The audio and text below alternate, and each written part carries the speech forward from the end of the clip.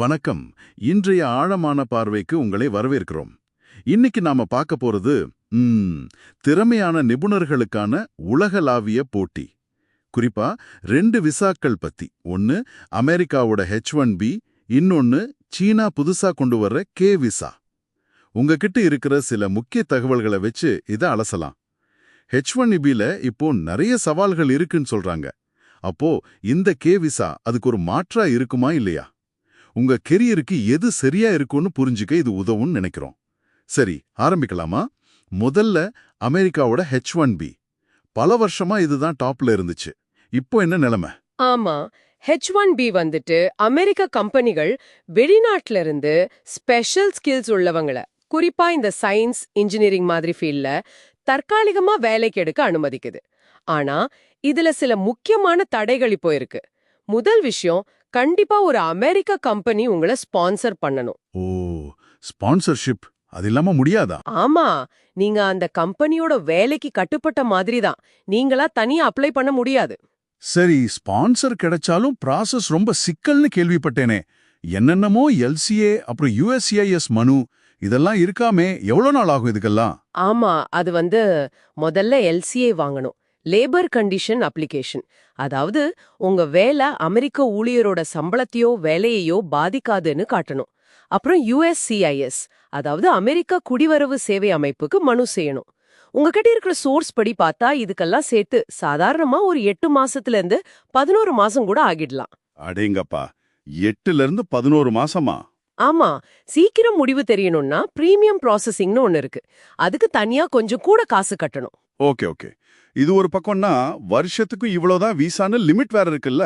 சரியா சொன்னீங்க. அதுதான் பெரிய பிரச்சனை. வருஷத்துக்கு பொதுவா 65,000 விசா.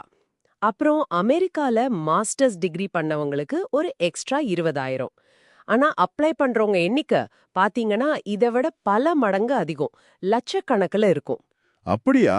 அப்போ எப்படி செலக்ட் பண்றாங்க? இதுக்காகவே லாட்டரி சிஸ்டம் வச்சிருக்காங்க. கணினி மூலமா ரேண்டமா செலக்ட் பண்ணுவாங்க.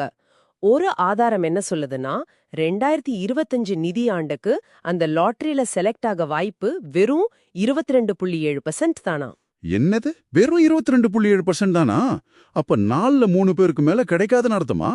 இது ரொம்ப நிச்சயமற்ற தன்மையா இருக்கே. நிச்சயமா, இது ஒரு பெரிய ரிஸ்க்.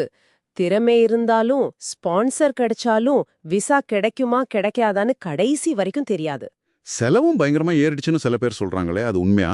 ஆமா, சில சிக்கலான கேஸ்கள்ல அப்புறம் இப்போ புதுசா வந்த கட்டண உயர்வுகள், லாயர் ஃபீஸ் எல்லாம் சேர்த்து பார்த்தா உங்க ஆதாரங்கள்ல ஒன்னு சொல்லுது, மொத்த செலவு சில சமயம் $100,000 வரைக்கும் கூட போகலான்னு. $100,000?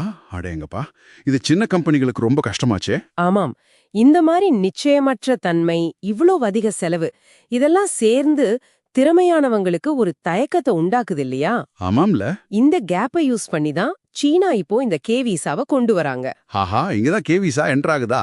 சொல்லுங்க, அதை பத்தி கொஞ்சம் விரிவா. ஆமா, அக்டோபர் 1, 2025 இருந்து சீனா இந்த K விசாவை அறிமுகப்படுத்த போறாங்க.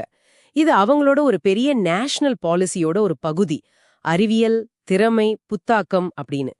குறிப்பா இளம் ஸ்டெம் கிராஜுவேட்ஸ், அதாவது சயின்ஸ், டெக்னாலஜி, இன்ஜினியரிங், கணக்கு படிச்சவங்க, அப்புறம் இந்த துறைகள்ல இருக்கிற நிபுணர்களை ஈர்க்கிறது தான் இதோட மெயின் ஃபோக்கஸ். ஓகே, இதுல என்ன பெரிய வித்தியாசம் H1Bக்கும் இதுக்கும்? பெரிய வித்தியாசம் இல்ல, மிகப்பெரிய வித்தியாசம் என்னன்னா, இதுக்கு ஸ்பான்சர்ஷிப் தேவையில்ல. நிஜமாவா? ஸ்பான்சரே தேவையில்லையா? சீனால வேலை செய்ய ஸ்பான்சர் வேண்டாமா? இது நம்பவே முடியலையே. அப்போ எப்படி அப்ளை பண்றது? கரெக்ட். சீனால ஒரு கம்பெனி ஸ்பான்சர் பண்ணணும்னு அவசியம் இல்ல. நீங்க நேரடியா விண்ணப்பிக்கலாம். இது H1Bல இருந்து சரி, சீனாவோட இப்போ இருக்கிற Z விசா, இது நார்மல் வேலைகளுக்கானது. இது ரெண்டுல இருந்தும் முற்றிலும் வேற மாதிரி. இது ரொம்ப இன்ட்ரெஸ்டிங்கா இருக்கே. அப்போ விசா கிடைச்சா என்ன பண்ணலாம்? வேலை மட்டும்தானா? அதுதான் இல்லையே, இது இன்னும் நெகிழ்வானது. K விசா கிடைச்சா நீங்க சீனால படிக்கலாம், ரீசர்ச் பண்ணலாம், கலாச்சார பரிமாற்ற நிகழ்ச்சிகள்ல கலந்துக்கலாம், ஏன் சொந்தமா தொழில் கூட தொடங்கலாம். ஒரு குறிப்பிட்ட வேலையோட உங்களை இது கட்டாது. அட பரவாயில்லையே. H1B மாதிரி இல்லாம நிறைய சுதந்திரம் கொடுக்குது போல. அப்ளிகேஷன் ப்ராசஸ் எப்படி இருக்கும்? சுலபமா? அப்படிதான் எதிர்பார்க்கப்படுது. ரொம்ப சிக்கலா இருக்காதுன்னு சொல்றாங்க. உங்க படிப்பு, தகுதிகள், எக்ஸ்பீரியன்ஸ், சாதனைகள் இது மாதிரி விஷயங்களை வச்சு மதிப்பிடுவாங்கன்னு தெரிய வருது. உங்க சோர்ஸ் சொல்ற மாதிரி இது H1Bல இருக்கிற சிக்கல்களுக்கு, குறிப்பா நம்ம தெற்காசிய நிபுணர்கள் சந்திக்கிற சவால்களுக்கு ஒரு நேரடி பதிலா கூட இருக்கலாம். அதாவது ஈஸியா உள்ள வர வழிவகுக்கறாங்க. ஆமா. வெறும் ப்ராஜெக்ட்க்கு ஆள் எடுக்காம திறமசாலிகளை உள்ள கொண்டு வந்து அவங்களாவே புது ஐடியாக்களை உருவாக்க வைக்கணும்னு சீனா நினைக்குது போல உங்க சோர்ஸ்ல இருந்து அது தெரிய வருது. சரி, கேட்க நல்லா தான் இருக்கு. ஆனா இந்த கே விசா H1Bக்கு ஒரு முழுமையான மாற்றம் ஆகிடுமா? எல்லாரும் இனிமே சீனாவை நோக்கி போவாங்களா? முழுமையான மாற்றுன்னு சொல்றது கொஞ்சம் கஷ்டம்தான். யோசிச்சு பாருங்க. H1B விசா மூலமா அமெரிக்கால நிரந்தரமா தங்குறதுக்கு, அதாவது கிரீன் கார்டு வாங்குறதுக்கு ஒரு வழி இருக்கு. அது கொஞ்சம் கஷ்டம்தான், ஆனா ஒரு பாதை இருக்கு.